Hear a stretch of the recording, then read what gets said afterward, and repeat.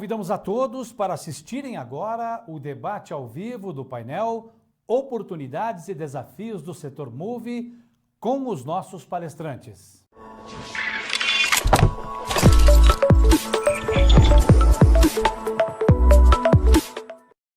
Olá, muito boa tarde, senhoras e senhores, sejam todos bem-vindos. Nós estamos ao vivo agora, aqui em Curitiba são 17 horas mais 10 minutos, e neste momento daremos início ao debate do painel com o seguinte tema: Oportunidades e Desafios do Setor Move, do segundo Fórum Move, edição online.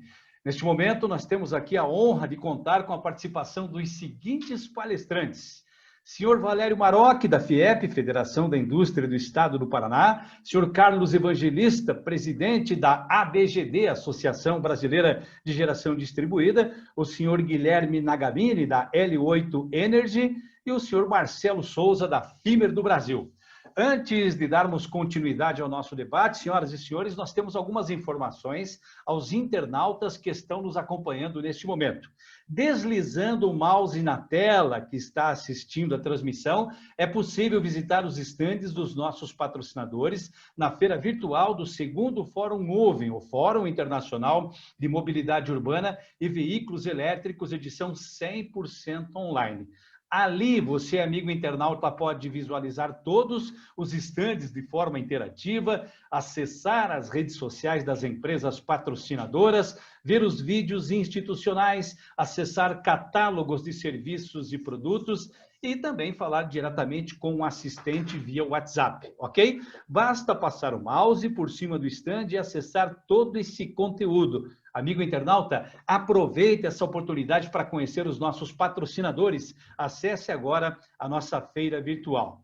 Bom, dando sequência ao nosso debate deste painel, teremos duas rodadas de perguntas que serão direcionadas a todos os nossos palestrantes. Vou iniciar então com a primeira rodada de perguntas. A primeira pergunta é destinada a todos os nossos 4 palestrantes. Como você analisa o atual cenário no Brasil e as novas tecnologias do setor Move? Mais uma vez, eu quero dar as boas-vindas aos nossos palestrantes, Valério, o Carlos, o Guilherme e o Marcelo Souza. Eu começo, então, com o Valério Marocchi, da FIEP, da Federação da Indústria do Estado do Paraná.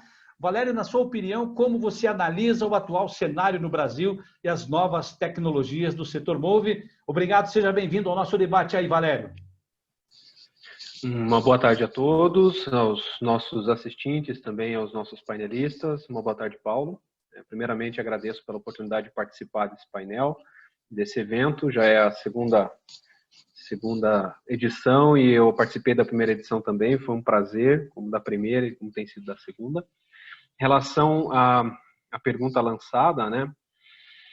Eu acredito que o atual cenário do Brasil, ele é um cenário não vamos dizer assim, não muito novo, ele é um cenário de desenvolvimento, é um cenário que nós já estamos habituados com esse aspecto, com a alcunha de ser um país em desenvolvimento, e isso traz, por ser uma economia emergente, ele traz alguns pontos que nós precisamos avaliar, que é o primeiro deles, a mobilidade automotiva, ela ainda é, no Brasil, um indicador de capacidade individual e econômica. Então, ainda é, de certa forma, uma balança de status, embora nós tenhamos uma redução na quantidade de habilitações que foram tiradas nos últimos anos, ainda existe uma inércia da geração Y aí, que perpetua essa questão do status e do posicionamento econômico através da mobilidade, por assim dizer. Então, possuir um carro, possuir um veículo, possuir qualquer que seja o tipo de modal de transporte ainda é uma questão de status. Isso leva em consideração, então, que nós temos um cenário futuro aí que mira para o número de automóveis tendendo a crescer nos próximos anos. Isso é importante levar também em consideração que, embora nós tenhamos uma demanda por maior infraestrutura, né, nós temos as questões de engarrafamentos, limitação de fluxo, uma demanda muito grande por construção e reconstrução dos cenários urbanos e toda uma gestão urbana em prol da mobilidade, né, a gente tem que levar em consideração que estamos na contramão do progresso da mobilidade, que seria enxugarmos a nossa quantidade de veículos e pensarmos no mix de modais para resolver as nossas soluções, né? A adoção da micromobilidade como veículos de última milha e por aí vai. Então, né, o cenário ele tende a ser o cenário que toda a economia emergente pressupõe. E aí também isso leva ao fato de que a micromobilidade ela é sim uma tendência, ela penetra no país mais a passos mais lentos do que em outros cenários e também arrasta um pedacinho do nosso PIB, né? A mobilidade hoje, como ela é feita no país, ela joga um pedaço do PIB do país, como todo o país, em congestionamentos, né? Em situações em que a mobilidade se torna imobilidade no final das contas. Mas olhando para o lado do copo cheio, né, e não para o lado do copo vazio, a gente pode pensar que o nosso cenário ele também traz algumas esperanças por conta de incentivos e políticas públicas que datam desde lá de 1986, que vem tratando, né, a construção do PROCONVE. Depois a gente veio trabalhando em cima de não só as metodologias de emissões, mas também o estreitamento da indústria, em tentar buscar tecnologia para que pudesse ofertar produtos que também pudessem ser exportados, né? Então a gente tem assim umas tendências interessantes em termos de cenário de mobilidade, de novas tecnologias, e eu diria que hoje o grande carro-chefe, o grande puxador disso é o programa Rota 2030, né, que tem lá na sua linha 5 de projetos, o foco na capacitação profissional, na qualificação de mão de obra, no desenvolvimento de mão de obra local, mas também os três principais pilares, né, as três principais metas do Rota 2030, que são a rotulagem veicular, com foco em botar todo mundo analisado pelo mesmo escopo, o foco da eficiência energética no sistema de propulsão, e aí isso acaba arrastando a eletromobilidade como o próximo estágio de mobilidade, e também o terceiro tópico, que é a melhoria estrutural e também a inserção dos EIRAs, né?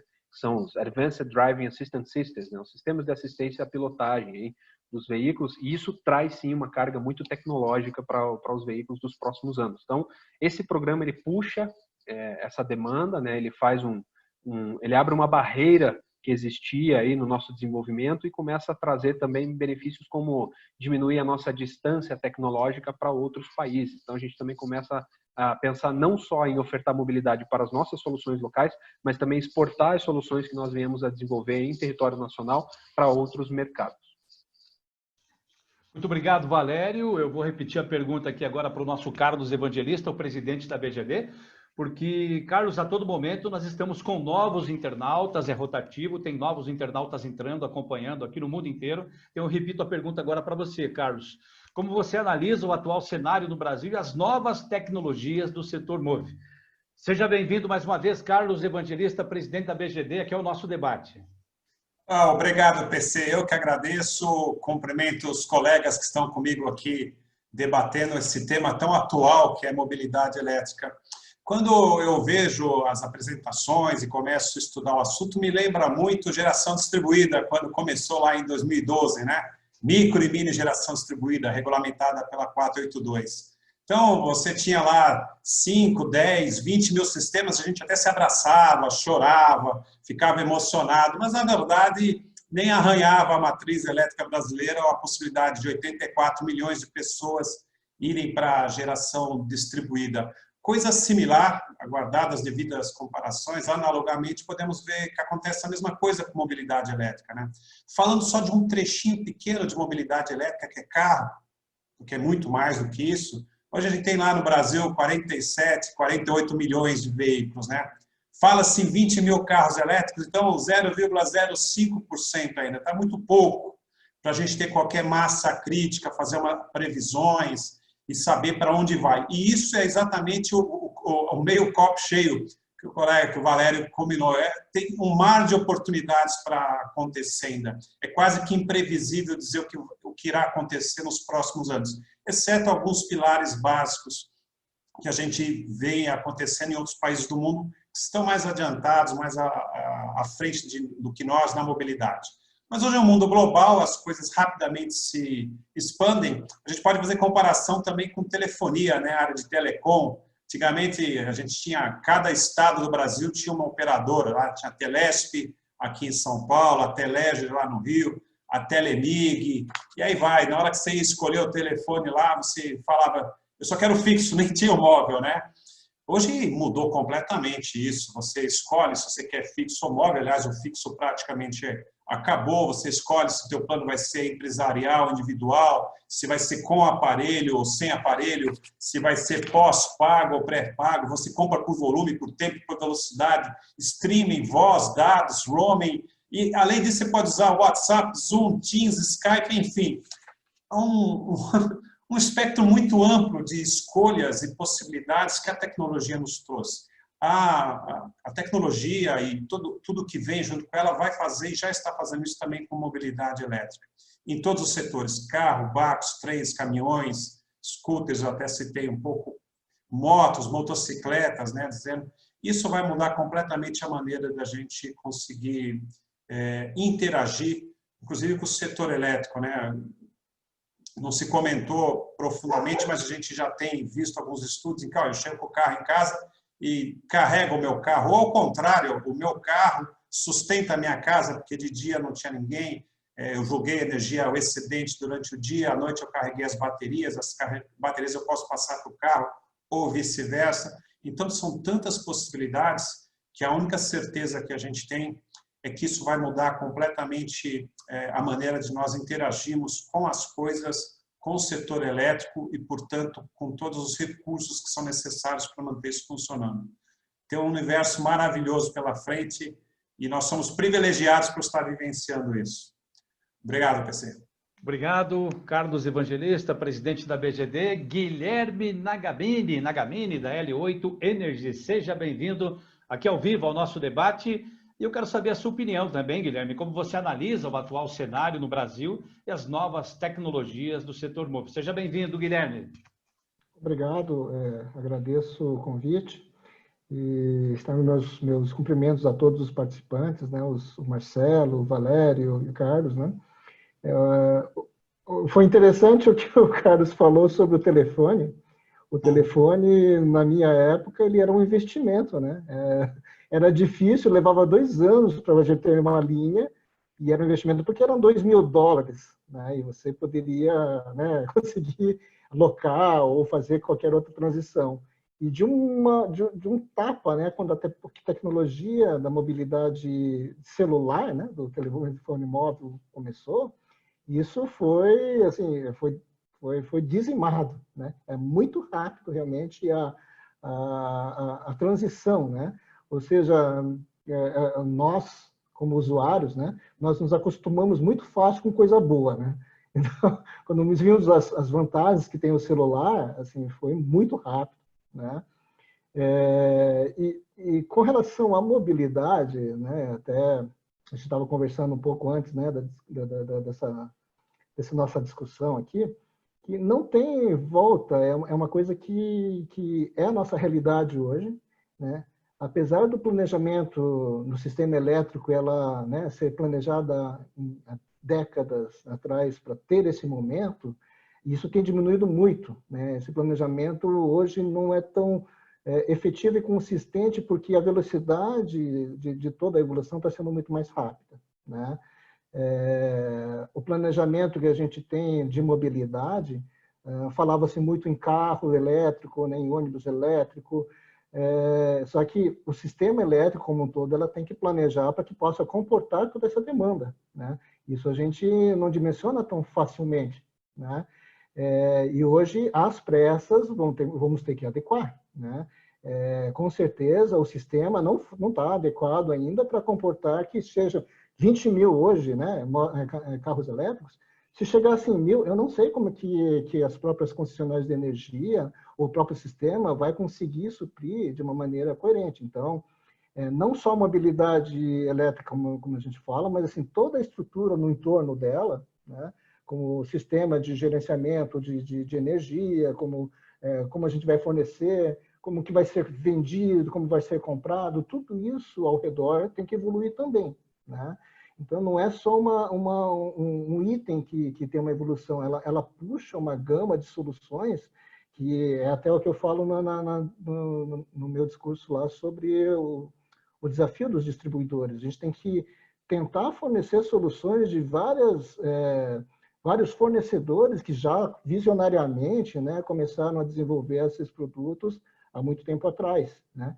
E daí cada um tem a sua solução afim, e essa intercambiabilidade é um desafio muito grande para a gente, né?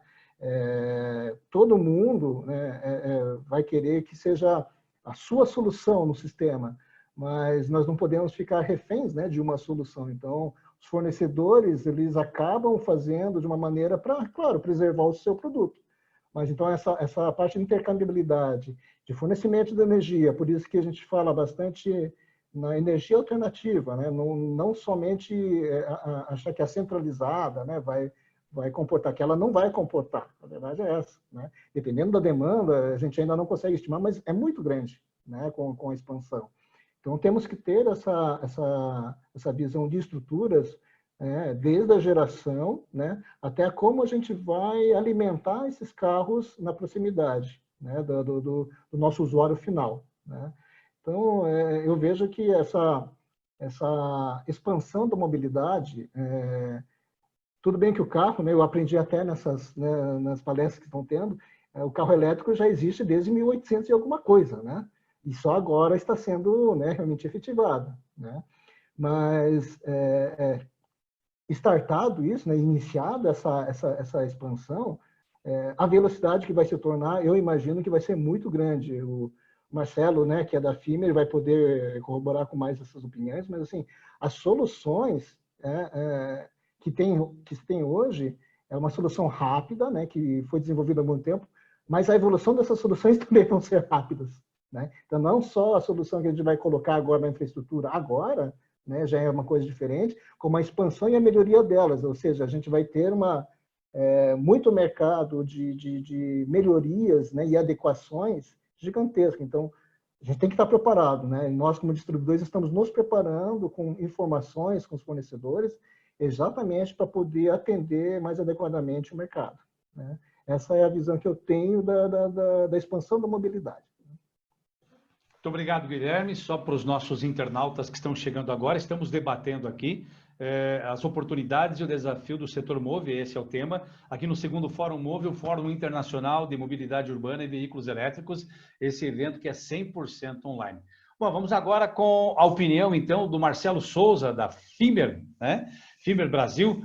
Marcelo, você, repetindo a pergunta para os internautas que estão chegando agora, como você analisa o atual cenário no Brasil e as novas tecnologias do setor MOVE? Seja bem-vindo aqui ao nosso debate ao vivo, Marcelo Souza. Boa tarde, PC. Boa tarde a todos. Prazer estar aqui com todo mundo, os panelistas, os assistentes. Bom, vamos lá. Já aproveitando o que o Guilherme acabou de falar sobre a questão da adoção, né? O evangelista, ele comentou que nós estamos um fiapinho de cabelo acima de 0%, né? 0,0000%. Mas uma coisa que se observa lá é o seguinte, que é o índice de repetição da tecnologia. Já existe essa base lá fora, que é um número acima de 90% das pessoas que compram um carro elétrico, quando elas vão trocar de carro, elas trocam por outro carro elétrico. Então, isso já indica qual vai ser a velocidade, a adoção da tecnologia. E como qualquer nova tecnologia, você começa numa curva exponencial, que ela é muito pequena, chega a partir de determinado ponto que ela começa a subir vertiginosamente. Com o carro elétrico não vai ser diferente. Nós estamos naquele estágio muito inicial. Então, que a partir de determinado ponto, ela vai ser uma curva, que ela vai ser exponencial. E é exatamente esse conceito. Alguém compra o carro agora, chega daqui a 3, 4 anos, quando vai trocar de carro, eu revendo esse carro usado, eu estou indo para um carro elétrico. Ou seja, o índice ele é próximo de 100%, na verdade, ele é algo entre 95% e 98% de reutilização daquela tecnologia. Então, eu vou de novo para o carro elétrico, repasso aquilo ali para outro, então você vai sempre aumentando essa base, até que eu chego naquele famoso ponto de inflexão da curva exponencial que eu começo a subir. Então, a penetração é baixa, mas o comportamento do consumidor ela já indica qual é a tendência da curva. Então, isso aí, essa velocidade, em um determinado ponto, ela vai crescer significativamente.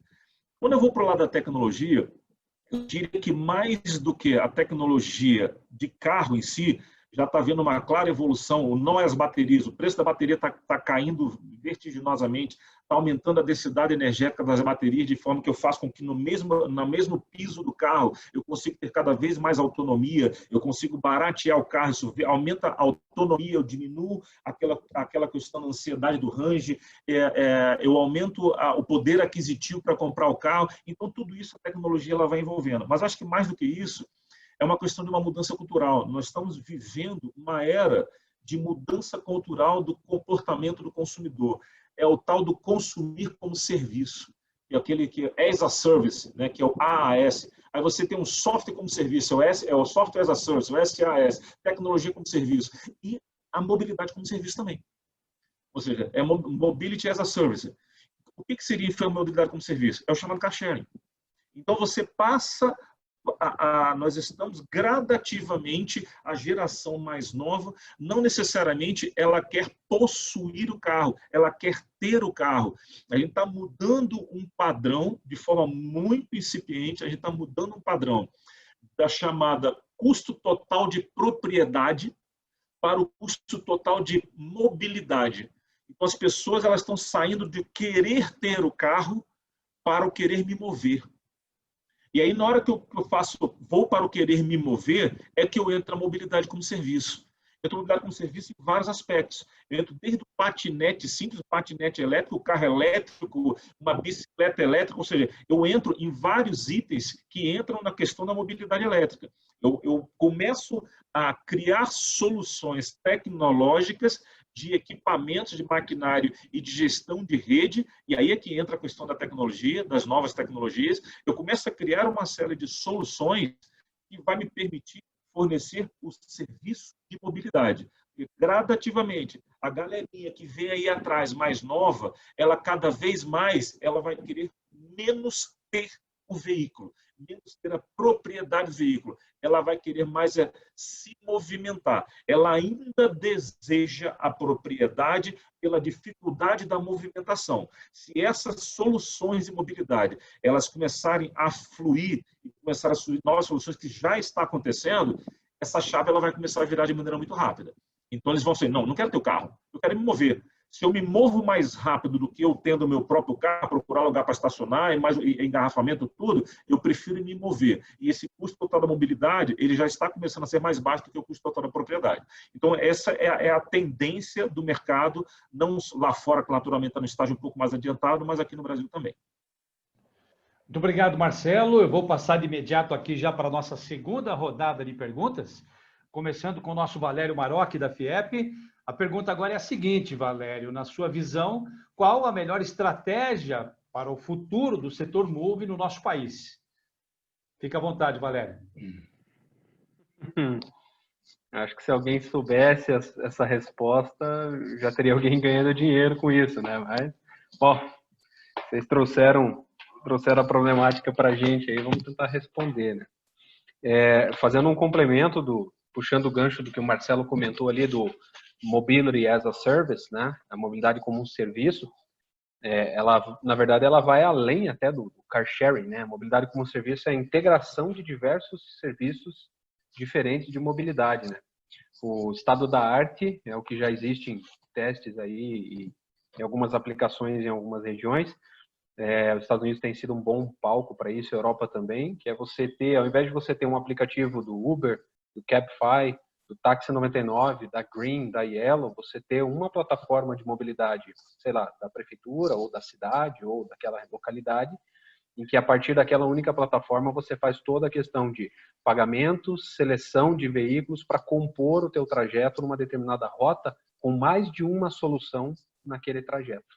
Então, isso seria o mundo ideal do Mobility as a Service. Você não compra nada, nem carro, nem passagem, nem nada. Você simplesmente acessa uma plataforma única que te oferta várias opções de rota para você chegar onde você quer, que é mobilidade. Mobilidade é chegar onde a gente quer, não é comprar nada no meio do caminho, né? A gente não quer comprar, a gente quer chegar. Então, esse é um conceito muito interessante e essa é a grande onda do momento. Talvez uma das respostas já para a pergunta 2, né? Uma melhor estratégia para o futuro do setor de mobilidade no Brasil. Vamos lá, vamos tentar responder. Eu apostaria primeiro, né, no backstage aí, em fortalecermos o nosso MRL, o nosso TRL, né? Para colocar todo mundo na tábua rasa aí, né? TRL é o Technology Readiness Level, né? O nível de prontidão tecnológica de um país, de uma região, de uma localidade. E o MRL seria o Manufacturing Readiness Level, nível de prontidão de fabricação, de manufatura de um país ou de uma região. Então, o TRL ele está associado com as nossas academias, com os nossos ICTs, com os nossos institutos de pesquisa, com TecParts, com o FIEP, com universidades federais, né, com o Actec. A gente pode citar N nomes aqui locais da região de Curitiba que compõem um corpo de TRL, ou seja, é o que tem de ferramenta na mão de quem pensa, quem pesquisa, quem desenvolve, quem produz tecnologia. Então, se nós não investirmos em TRL no Brasil, a gente não tem como dar o próximo passo no sentido da mobilidade do futuro, né? E também do presente, porque a gente já está precisando de muita solução que não foi desenvolvida. E o MRL seria nós compormos de forma mais abrangente e estruturada a nossa cadeia de suprimento como um todo, né?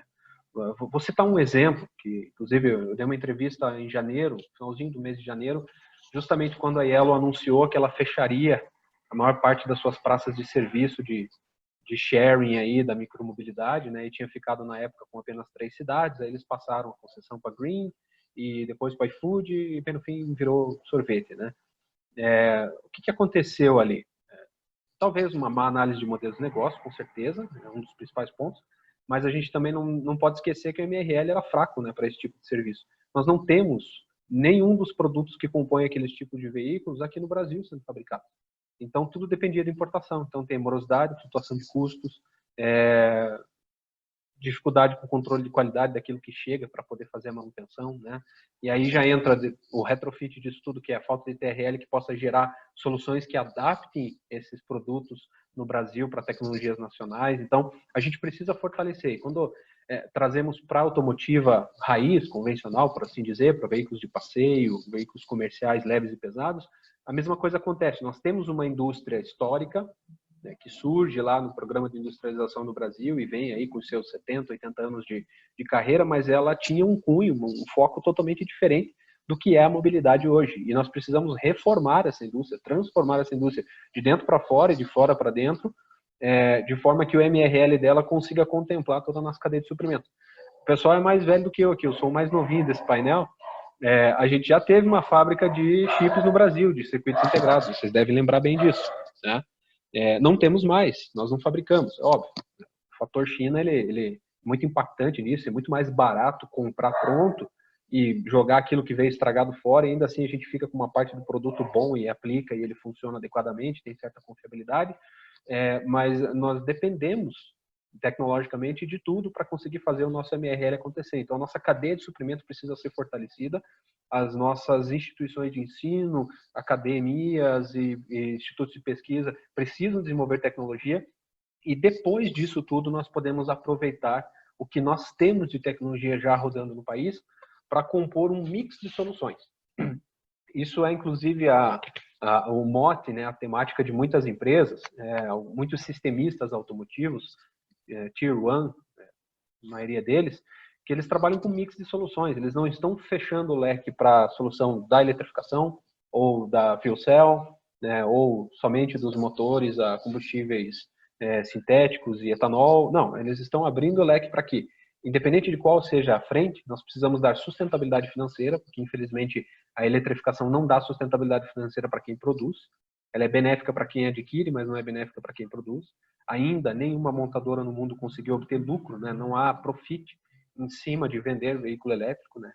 Mas eles estão desenvolvendo tecnologia para que isso vire escala e a escala gere o aguardo, né, das tecnologias habilitadoras, como o Marcelo comentou, né, o custo de bateria caindo até atingir aquela métrica que a Bloomberg tinha apontado lá junto com a McKinsey de 2025, a gente ter lá o $100 kWh, e abaixo disso o carro começa a ficar competitivo no mercado, mas isso é escalada tecnológica e volume de produção.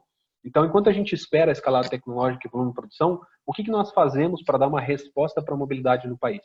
Aproveitar o nosso mix de soluções que são jabuticabas, né? A gente tem o etanol, a gente tem uma série de outras visões interessantes que a gente pode aproveitar aqui, o biometano, a reforma dele para fazer hidrogênio, usar o nosso parque solar e eólico para fazer algumas outras integrações de combustíveis aí de origem renovável para continuar aproveitando motores a combustão, mas de forma mais eficiente. Então, as soluções elas estão exatamente no que nos diferencia. Como o Carlos tinha comentado antes, os outros países estão à nossa frente na eletromobilidade. Na verdade, eles não estão à frente, eles estão sendo obrigados a investir em eletromobilidade.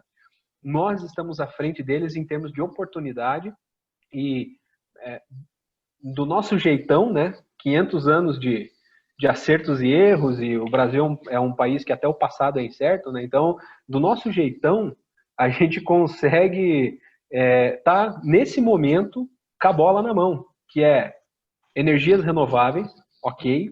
Matriz limpa, infraestrutura para etanol, possibilidade de usar energia elétrica sem poluir, espaço para a gente fazer reflorestamento e gerar economia de baixo carbono. Então a gente tem um mix de soluções que estão ao redor, e aí entra todo esse pessoal da geração aí que sabe muito mais dessa temática do background das energias do que eu, que pode habilitar a nossa indústria automotiva e a nossa indústria da mobilidade como um todo a se tornar algo muito diferente do que são nos outros países, mas de uma forma muito mais eficiente e mais rápida. Mas para isso, né, as bases, TRL, MRL, e enxergar as oportunidades, não tentando adaptar o que vem de fora, mas tentando observar as nossas realidades e criar tecnologia de ponta que possa sair daqui para o resto do mundo. Ok, obrigado, Valério. Então, vamos saber agora, na visão do presidente da BGD, Carlos Evangelista, né? Qual a melhor estratégia para o futuro do setor MOVE no país? Carlos.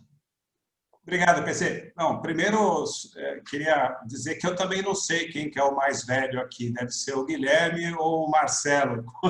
Com certeza não sou eu nem o Valério.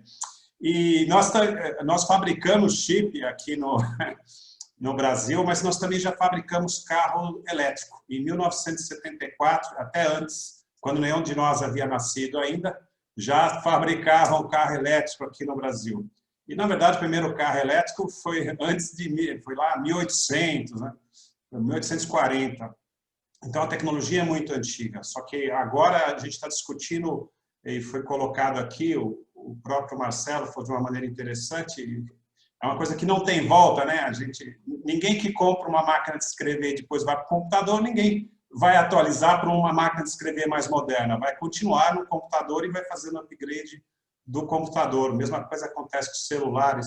E houve uma discussão interessante aqui, um assunto interessante entre propriedade ou compartilhamento, né? Não é entre produto ou serviço. O que é que nós vamos escolher, a propriedade ou o compartilhamento? Existem vários modelos de negócio de compartilhamento e vários de propriedade, mas antes disso a gente tem que analisar uma coisa que nós falamos bastante aqui, da mobilidade. Uma pergunta aqui, até colocando um pouco de gasolina no painel, será que nós queremos mesmo, todos queremos mobilidade mesmo? Aqui mesmo, cada um está na sua casa, no seu escritório agora, tudo que a gente não quer agora é mobilidade.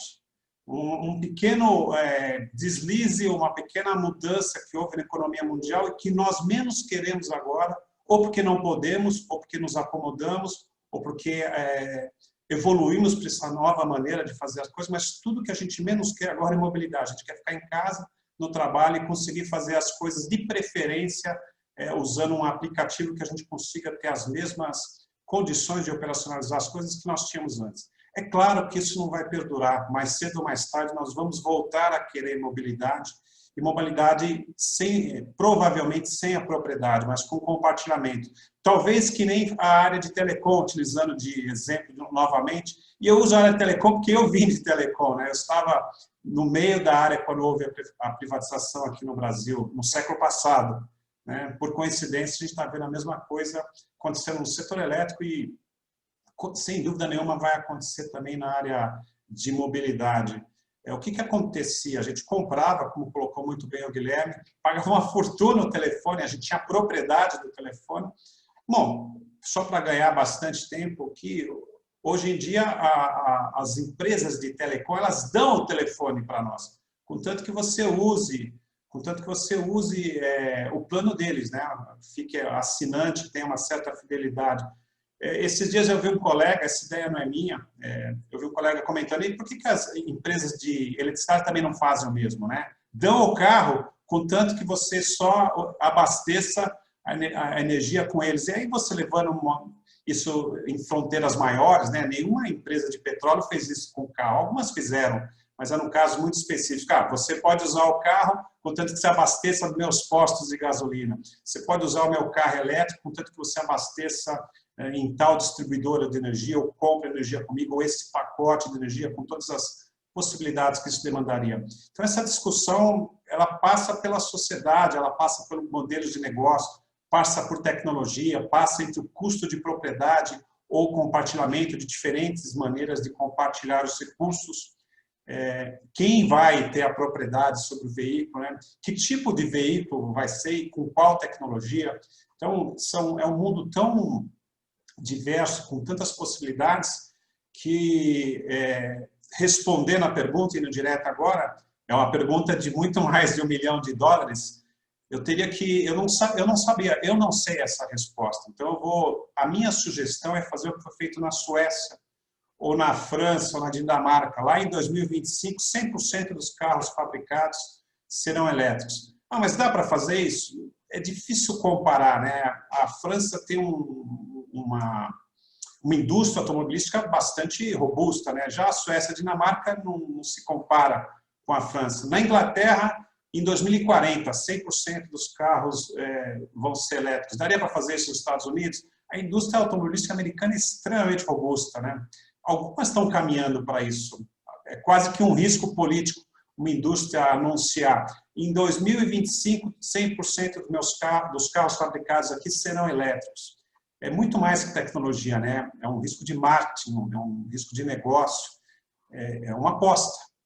Eu apostaria nisso. Se fosse eu esse jogador, se fosse um poker, se eu tivesse as condições de fazer essa escolha, pegando a sugestão do PC, o que você faria?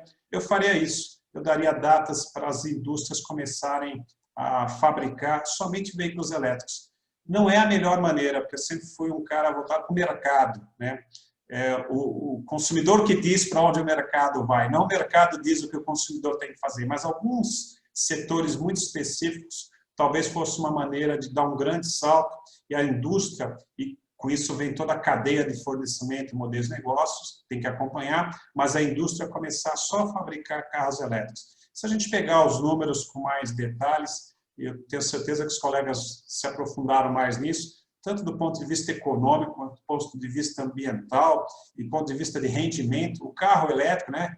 Eu estou falando só de carro agora, mas vale para a mobilidade elétrica, ele bate de longe, motor a combustão.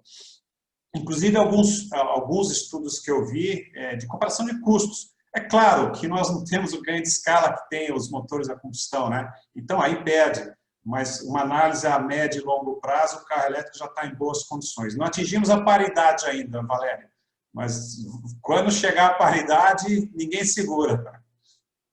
Obrigado. Valeu, Carlos Evangelista, muito obrigado. Agora, Guilherme Nagamini, né, em relação à sua opinião, à sua visão, qual é a melhor estratégia para o futuro do setor MOVE no país? Guilherme?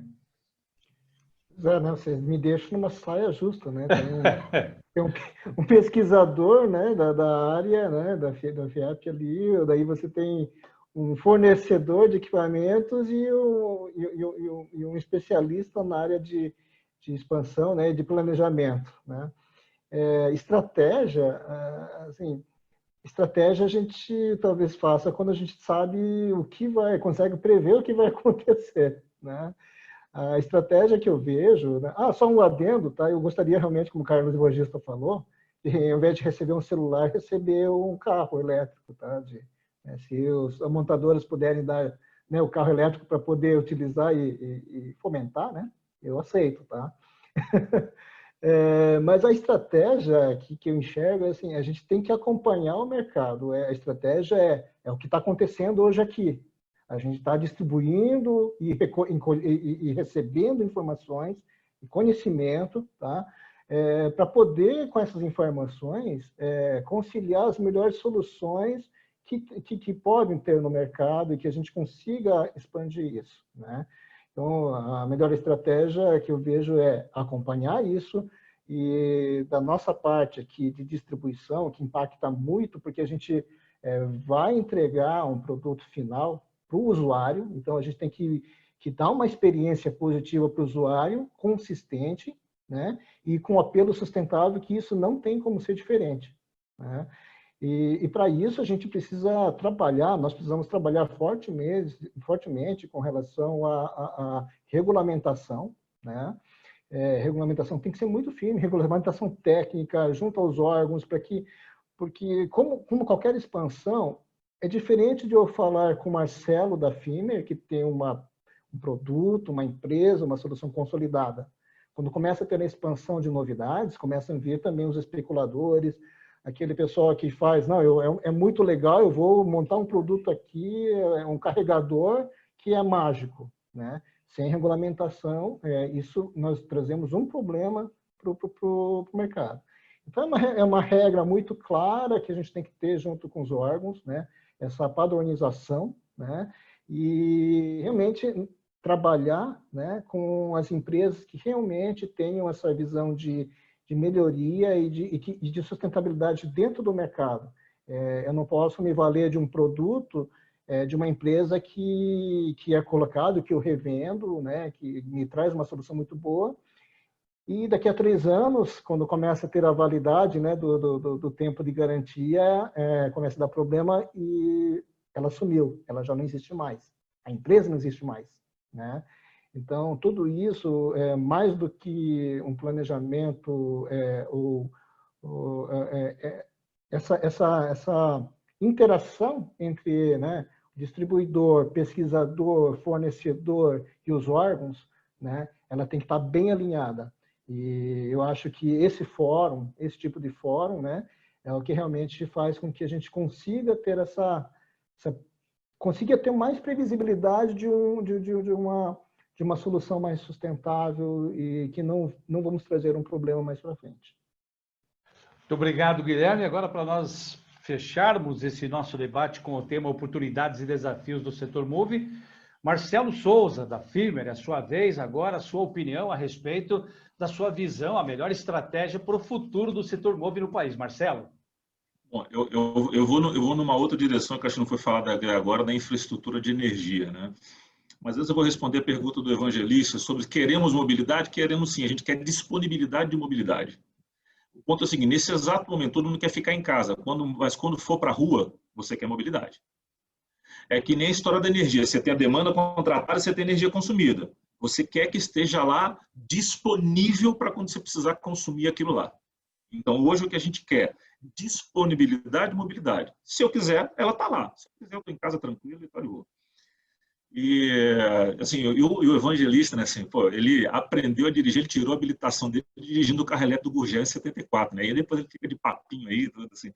Olha os cabelos brancos dele, eu já nem tenho mais isso. Mas vamos lá. Eu vou falar sobre a questão da infraestrutura de energia. Mas antes eu vou fazer um comentário rápido sobre tudo isso que a gente está falando. Se você parar para analisar, carro elétrico tem payback. Quando na história que a gente imaginava que nós poderíamos ter um carro que teria payback? Porque eu vou comparar com um carro que é um carro a combustão, e na hora que eu comparo todo o custo que eu tenho de energia de mover o carro, quanto mais eu rodo, o custo da gasolina ou do etanol, versus o custo da eletricidade, se eu produzo a minha energia elétrica ou se eu consumo da concessionária, o custo de manutenção, o IPVA, desconto em vários estados, tudo. Então, na hora que eu faço um custo anual do carro elétrico, ele é um custo muito menor do que o equivalente. Então, o carro é mais caro, mas vai chegar um determinado momento que esse payback vai chegar num ponto tal em que o consumidor está disposto a pagar, antes mesmo da paridade. Então, não é uma questão de paridade econômica, porque se eu gasto menos com o carro elétrico que o carro comum, eu tenho que entender o seguinte, eu estou pagando quanto a mais e quanto eu tenho esse retorno pela economia de eu ter um carro elétrico em vez de um carro a combustão no meu modo de usar, na forma como eu uso o carro. Se chegar num ponto de 3 anos ou 2 anos, por que não? Eu pego um financiamento de 3 anos, eu tive um payback, eu paguei o carro, daí para lá eu estou no lucro. Então, é uma outra referência, a gente olhar para o carro elétrico como um produto que nos dá payback. Mas quando eu vou para o lado da infraestrutura de energia, que eu acho que tem a ver assim, com a estratégia, eu enxergo muito o seguinte, nesse momento, você tem muita coisa andando em paralelo. Aumentar, no curto prazo, o custo do carro elétrico ele disparou por causa do dólar, por causa da crise que nós estamos vivendo, então ele aumentou consideravelmente. Então, momentaneamente, o curtíssimo prazo ficou mais difícil adquirir o carro elétrico. Mas você tem regulação, você tem o preço da tecnologia, você tem uma série de coisas acontecendo em paralelo e a própria curva de adoção ainda no estágio muito inicial. Mas o que todo mundo tem que olhar, que eu mencionei isso na minha palestra, é o seguinte, eu tenho que ter uma infraestrutura de energia elétrica para quando isso chegar numa curva de adoção mais acelerada, isso esteja preparado. Eu mencionei sobre a questão de você ter, em grandes cidades, edifícios residenciais concentrados numa mesma localidade, você ter edifícios comerciais concentrados numa mesma localidade, e de repente eu coloco um monte de carro elétrico plugado na rede. está numa mesma localidade, a infraestrutura de fornecimento de energia ela vai estar preparada para isso. Os edifícios eles estarão preparados para eu pegar, adicionar numa edificação existente toda essa infraestrutura de carregamento. Isso me lembra minha vida pregressa no passado, quando no setor de ar-condicionado, 15, 20 anos atrás, entrou o split. Chegou um determinado momento em que as construtoras elas já construíam um apartamento com a tubulação dentro do apartamento já passada pela parede, o tal do tubo de cobre, uma elétrica para caso o cliente quisesse instalar split, já tinha infra lá, e não precisasse quebrar tudo depois que o apartamento estivesse pronto. Então, a gente está nesse estágio da infraestrutura do ter, porque o ter ele ainda está no estágio muito inicial, mas não se vê muita gente falando na infraestrutura necessária para o ter. É um trabalho junto às construtoras, em que eu não necessariamente eu vou colocar o carregador do veículo elétrico no prédio novo, mas eu já tenho que deixar a infraestrutura de elétrica preparada para quando aquele condomínio quiser colocar, já está pronto, igual o split, 15, 20 anos atrás. Então, a gente precisa, nesse momento, eu acho que a melhor estratégia inicial do mercado é trabalhar de forma conjunta nessa infraestrutura do ter, porque as outras coisas elas estão acontecendo. Tem os fabricantes de veículos acontecendo, tem as empresas lançando soluções de car sharing, tem uma série de soluções andando ainda no estágio muito incipiente. Mas se esse negócio do lado de cá ele começar a andar de maneira muito acelerada, nós vamos esbarrar na infraestrutura. Nós não temos. Então, esse trabalho precisa ser feito, que é a infraestrutura necessária para esse lado de cá existir. Então, acho que, nesse momento, no estágio muito incipiente que está o mercado brasileiro, seria uma estratégia interessante. Muito obrigado, Marcelo. Senhores, eu agradeço em nome do grupo FRG Mídias e Eventos pela participação nesse debate. Muito obrigado, Valério Marocchi, da FIEP. Obrigado, Carlos Evangelista, da BGD, que honra tê-lo conosco. Guilherme Nagamini, obrigado, da L8 Energy. Também Marcelo Souza, da Firme do Brasil. O nosso muito obrigado. Eu só quero deixar aqui um registro que nós recebemos perguntas dos internautas para todos os nossos palestrantes, mas como o nosso tempo é curto, aqui é escasso, essas perguntas serão direcionadas a todos eles e, assim que possível, serão respondidas, ok? Nós queremos agradecer também a todos que estão nos seguindo e compartilhando o evento nas redes sociais. Você que ainda não nos segue, nosso Instagram é @ForumMoveFRG. Você pode acessar também o nosso Facebook, que é Fórum Move, e ali você pode acompanhar todas as informações e novidades dos nossos eventos. Compartilhe você também, @ForumMoveFRG. Lembrando, senhores, que nós temos pessoas conectadas no Brasil e no mundo, incluindo Estados Unidos, República Dominicana, Argentina, Bolívia. No Brasil, nós temos aí pessoas nos estados do Tocantins, São Paulo, Rio de Janeiro, Rio Grande do Sul e, claro, nós aqui do estado do Paraná. O segundo Fórum Move, edição online, é hoje um dos principais eventos de mobilidade urbana e carros e veículos elétricos da América Latina. Nosso muito obrigado a todos. Nós teremos agora um pequeno intervalo e continuaremos ao vivo com o tão esperado meeting, o atual cenário da mobilidade elétrica. Lembrando que o Carlos Evangelista e o Marcelo Souza estarão presentes conosco daqui a pouquinho. Depois o cachê vem triplicado, né, rapaziada? No próximo meeting que nós teremos aqui, que é o meeting sensacional do atual cenário da mobilidade elétrica, ok? A todos vocês, o nosso muito obrigado. Obrigado, Carlos, Valério, Marcelo e o Guilherme. Nós teremos um pequeno intervalo e já voltaremos na segunda, na sequência do segundo Fórum Move, o Fórum Internacional de Mobilidade Urbana e Veículos Elétricos, ok? Muito obrigado a todos. Valeu!